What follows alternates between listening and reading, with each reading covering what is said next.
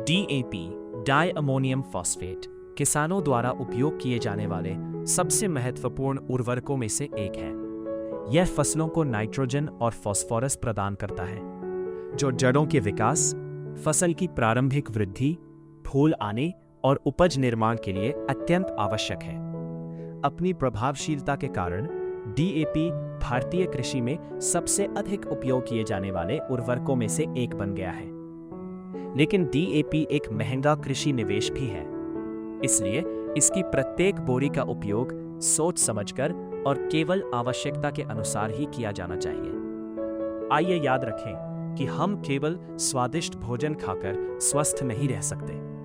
हमारे शरीर को संतुलित आहार की आवश्यकता होती है।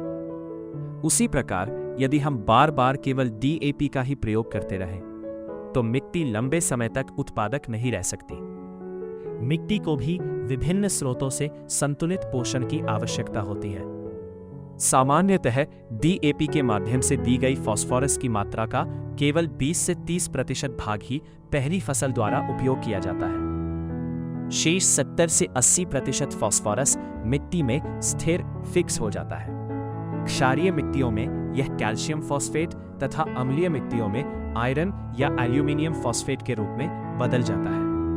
सरल शब्दों में कहें तो यदि फसल की आवश्यकता से अधिक फास्फोरस डाला जाता है, तो उसका बड़ा हिस्सा मिट्टी में ही बंद रह जाता है। यदि किसान मृदा परीक्षण की सिफारिशों का पालन करें और मिट्टी में पहले से उपलब्ध फास्फोरस का उपयोग करें, तो वे बिना उपज पर कोई प्रतिकूल प्रभाव डाले प्रति मौसम 2,000 रुपए से 3,000 रुपए तक की बचत कर सकते हैं। केवल डीएपी के भरोसे मिट्टी की उत्पादकता को वर्ष दर वर्ष बनाए नहीं रखा जा सकता। लगातार केवल डीएपी पर निर्भर रहने से पोषक तत्वों का असंतुलन, सूक्ष्म पोषक तत्वों की कमी तथा अंततः मिट्टी की थकान, सॉइल फटीग जैसी समस्याएं उत्पन्न हो सकती है।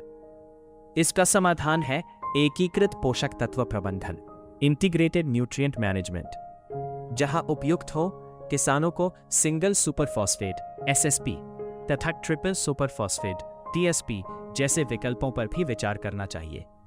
लंबी अवधि और बहुवर्षीय फसलों में रॉक फॉस्फेट तथा फॉस्फेट घुलनशील सूक्ष्म जीवों का उपयोग फास्फोरस का एक टिकाऊ स्रोत प्रदान कर सकता है। यदि मिट्टी में फास्फोरस का स्तर पहले से ही अधिक है, तो हर मौसम में फास्फोरस डालने की आवश्यकता नहीं होती।